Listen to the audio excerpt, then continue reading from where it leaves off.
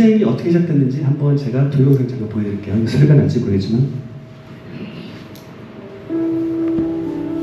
뭐죠? BMW. Thank you for 100 years of competition. The previous 30 years were actually 죄송합니다. 이게 BMW 광고인가요? 벤츠 광고인가요?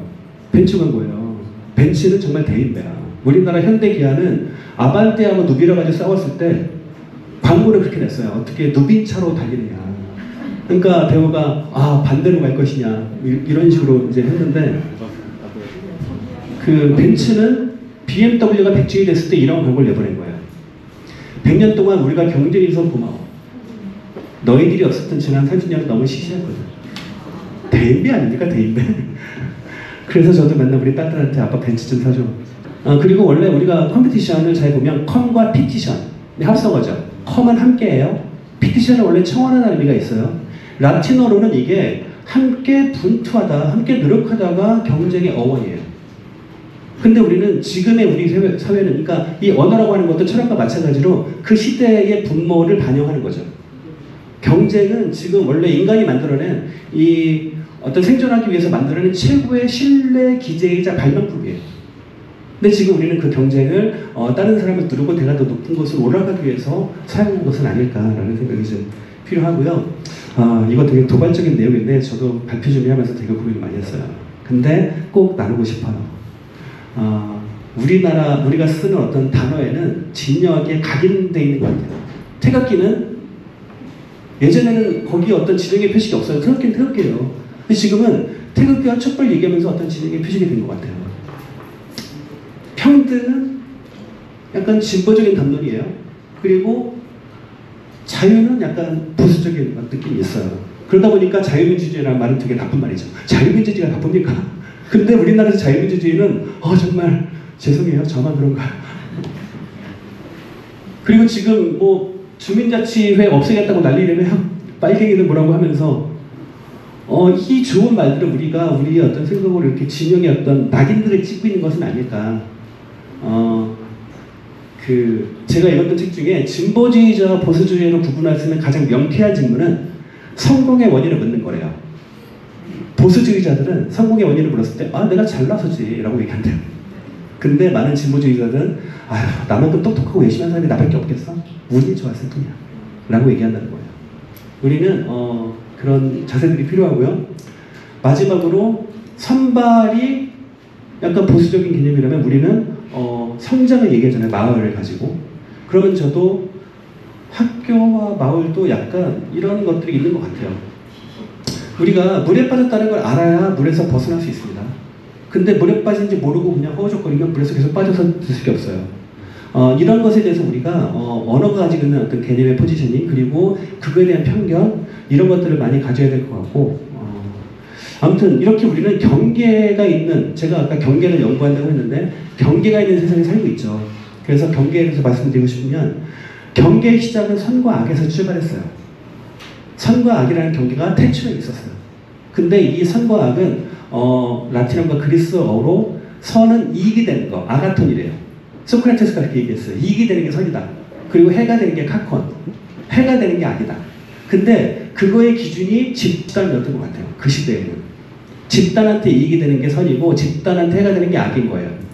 그리고 이 생각이 어떤 계급이 되면서 지바와 피지바의 경계가 생겼고 그리고 혹시 낭만 닥터 김사부 좋아하세요? 어떤 그 강동주한테 그 얘기를 하죠. 막 자기가 하니까 너는 네 양심이 아픈 게 아니라 욕심이 아픈 거라고. 그런 얘기 많이 해요. 우리는 가끔 나의 양심의 문제가 욕심의 문제인가 돌아볼 때가 필요가 있어요. 근데 자신의 욕심의 문제를 자신의 양심의 문제를 착각하는 경우가 있죠. 이렇게 되면 저는 경계라고 하는 건 더 이상 우리한테 의미가 없다 라고 생각을 해요. 근데 우리는 그 경계에 푹 빠져서 살고 있는 거죠. 지금 이 순간에도. 경계는 어떻게 지나야 하냐면요. 인간은 자연과 한 덩어리였어요. 근데 그러니까 사회와 협력하고 이성을 갖게 되면서 자연으로부터 분리됐죠. 그 다음에 자연을 대상화하면서 분류하기 시작했어요. 열심히. 그죠? 그러면서 문명을 발전시켜 왔어요. 그러는 과정에서 인간 스스로 분열되고 있는 게 인간의 어떤 경계가 지나갔던 과정인 거고요. 그 과정에서 인간은 각자의 전문성에 갇혀버린 것 같아요.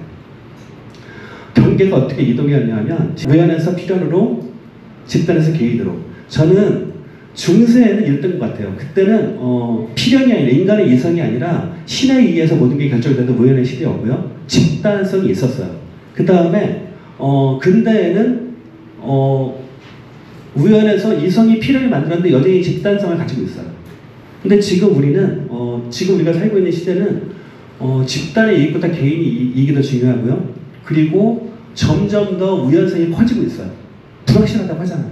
근데 그거에 대해서 우리가 명쾌하게 인지를 해야 되는데 잘 못하니까 혼란스러운 것 같아요. 그래서 포스트 노멀, 많은 사람들이 코로나 이후에 뉴노멀 얘기를 하는데 저는 뉴노멀이라는 말에 반대합니다. 왜냐하면 새로운 기준으로 이동하는 게 아니라 기준 자체가 개인에 의해서 해체되는 시대예요.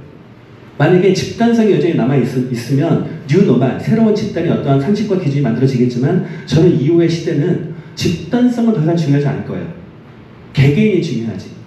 그러면 저는 그거는 기준, 우리가 왜 모던을 이후를 포스트 모던이라고 얘기하듯이 그동안 우리는 어떤 집단의 기준으로 살아왔던 시대라면 이제는 집단의 기준을 넘어선 포스트 노멀의 시대라고 생각을 하고 이거를 개인화된 무연의 시대라고 저는 생각을 하는데요. 제가 몇 시까지 가죠?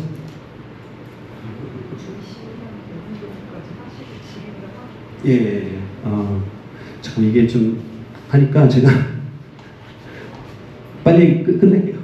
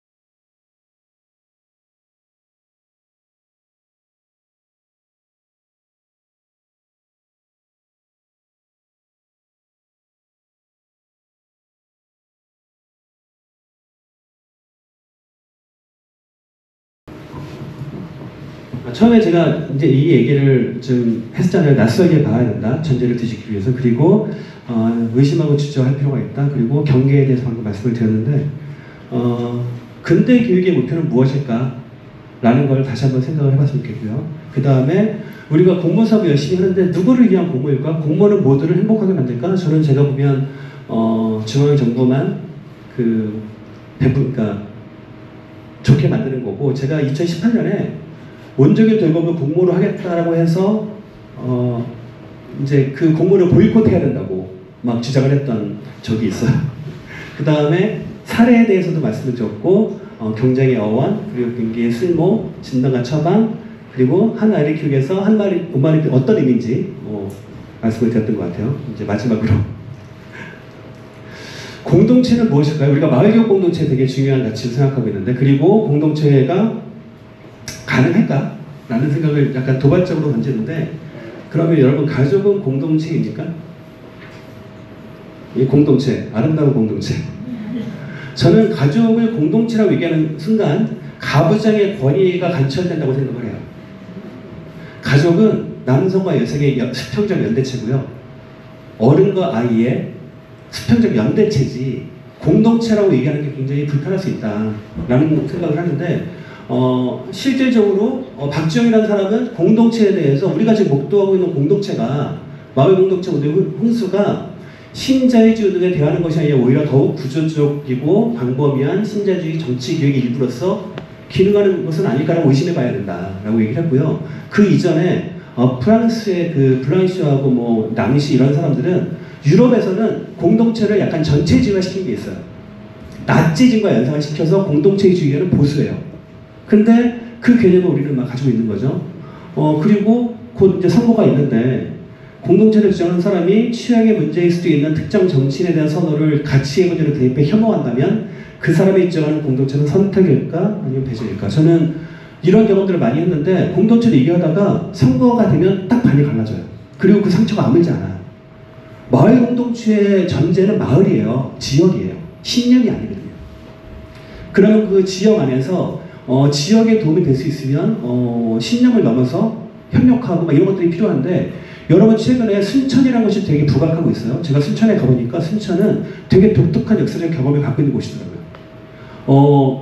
1948년에 뭐 여성안제 뭐 이런 것 때문에 어마어마한 학살이 일어났던 곳이에요. 거기 동강 근처에는 돌아가신 분들의 재산들이 똑같대요. 그래서 그분들은 학살을 한 사람들에 대한 반감이 있었겠죠. 근데 1962년에 박정희가 대통령이 된 다음에 엄청난 혼수가 났대요. 그래서 또 몇백 명이 죽었대요. 박정희가 딱 내려와서 그렇게 지시를 했대요. 모든 걸 다 동원해서 한 달 안에 복구시키라고. 그러니까 그분들은 양쪽의 시혜를 다 받은 거예요. 저는 예전에 거기에 전혀 이상한 한 분이 국회의원이 돼가지고 놀랐는데 그 지역은 중앙의 기준으로 어떤 다른 기준으로 선택하지 않더라고요. 그 지역의 기준으로. 저는 되게 그게 순천의 지금의 모습이 아닐까? 라는 생각이 들고요. 그러니까 우리가 그런 생각을 해봐야 될 것 같고요. 제가 최근에 이제 공감의 반경이라는 책을 읽고 있는데 공감에는 이제 넓이와 깊이가 있는 것 같아요. 공감에는 정서적 공감과 인지적 공감이 있는데 정서적 공감이 강하면 오히려 배척이 심해지고 흉폭해진다는 거죠. 전쟁. 그래서 저는 인지적 공감을 확대하기 위해선 정서적 공감은 뭐냐면 자기랑 같은 사람과 강한 연대를 하는 거예요. 인지적 공감은 뭐냐면 이견들을 표현해 나가는 거죠. 인간은 이 두 개의 균형을 통해서 문명을 성장시켜 왔다는 거예요. 근데 우리가 점점 사회가 개인화되면서 정서적 공감이 강해지는 거예요. 인정감이 약해지고. 마지막으로 귀여운 구원이 주세요. 보셨죠? 누가 사는 거예요? 백종은 살 수 있어. 노비는 살 수 있어. 이 말을 통해서 고해신이 엄청난 각성을 하죠. 그죠? 자기는 되게 어떤 뭐 이제 조선이 일본에 침략해서 이렇게 이제 뭐 의료운동도 해야 된다고 생각을 하는데 고병원의 이 말을 통해서 자기가 어떤 일을 하고 있는지 그러면 우리가 지향하는 공동체는 과연 누가 살 수 있을까? 라는 고민들을 우리가 한번 좀 해봤으면 좋겠고요. 개인화된 사회에서 저는 이제 아렌트가 그런 얘기를 했는데 다수의 사람들이 함께 모여 스스로 미래를 위해 의미를 또한 합의야말로 인간이 가져야 할 중요한 역량이다. 저는 신념보다 경험보다 어떤 가치보다 더 중요한 게 그 지역 안에서 어떠한 합의를 해내느냐. 그 합의가 서울의 합의와 달라도 돼요. 굳이 같을 필요가 없어요. 저는 그런 것들을 만드는 것이 우리가 지역 공동체를 만들고 그런 데 굉장히 필요하고 지역 소멸에서 벗어나기 위해선 그런 것 같아요. 저는 서울에 막 돈을 투자하고 아파트를 짓고 너무 짜증이 나요. 지금 그럴 때가 아니거든요. 그러면 그러한 기준을 우리가 따라가면 더 빠르게, 그러니까 서울의 기준을 우리가 계속 쳐다보면 더 빠르게 지역을 소멸할 거예요. 차라리 등을 돌리고 서울을 바라보던 그 등을 돌리고 지역의 사람들을 마주 보면서 우리 지역, 우리가 행복할 수 있는 어떤 사회는 어떤 것일까? 그런 합의들을 만들어내는 거. 전체 합의가 아니라 그 지역의 합의. 저는 최근에 이제 진보와 보수를 새롭게 정의를 했는데요. 많은 사람들이 짜장면과 짬뽕을 이렇게 좋아하는데 제가 좋아하는 걸 가치로 생각하는 경우가 있어요.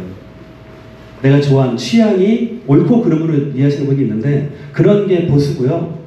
내가 정말 굳게 생각하는 나의 가치 이것도 복잡한 사회 속에서 하나의 취향일 수 있어 라고 한 발짝 물러서는 게 진보가 아닐까. 그래야 서로 다른 사람들이 똑같은 기억 안에 다른 어떤 이런 것도 이렇게 굴러가지 않겠습니까? 저는 그게 우리가 앞으로 이렇게 살아가야 될 미래의 모습이 아닐까. 저는 시민의 성장의 척도는 다른 것에 대한 포용과 인정의 정도가 아닐까. 근데 우리나라는 분단되고 되게 빠른 과정에서 어떤 개발과 어떤 민주화와 또 지금 문화적으로 굉장히 어떤 그런 과정에서 점점 더 이견을 깊게 고민하고 껴안고 그런 어떤 과정과 경험들이 많이 부족하지 않은가라는 생각이 들어서 그래서 방법으로서의 경계, 우리는 마을교육 공동체가 아니라 앞으로는 여기 계신 분들 저희 이게 동의해 주신다면 마을교육 연대체 뭐 이런 걸로 나가면 어떨까라는 생각을 하면서 부족한 얘기를 마치도록 하겠습니다. 감사합니다.